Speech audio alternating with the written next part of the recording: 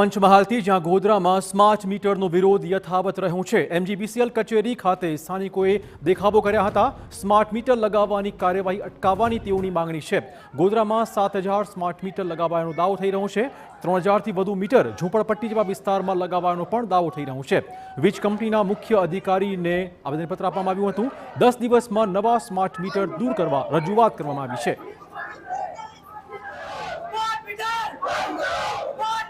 मध्य गुजरात में 27,000 થી વધારે स्मार्ट मीटरों लगाववामां આવ્યા હતા। એમાં ગોધરામાં 7,000 થી વધારે મીટરો લગાવવામાં આવ્યા છે અને 3,000 થી વધારે એવી જગ્યાએ લગાવવામાં આવ્યા છે કે જે બિલકુલ સ્લમ એરિયા છે, જે રોજ કમાય અને રોજ ખાય છે।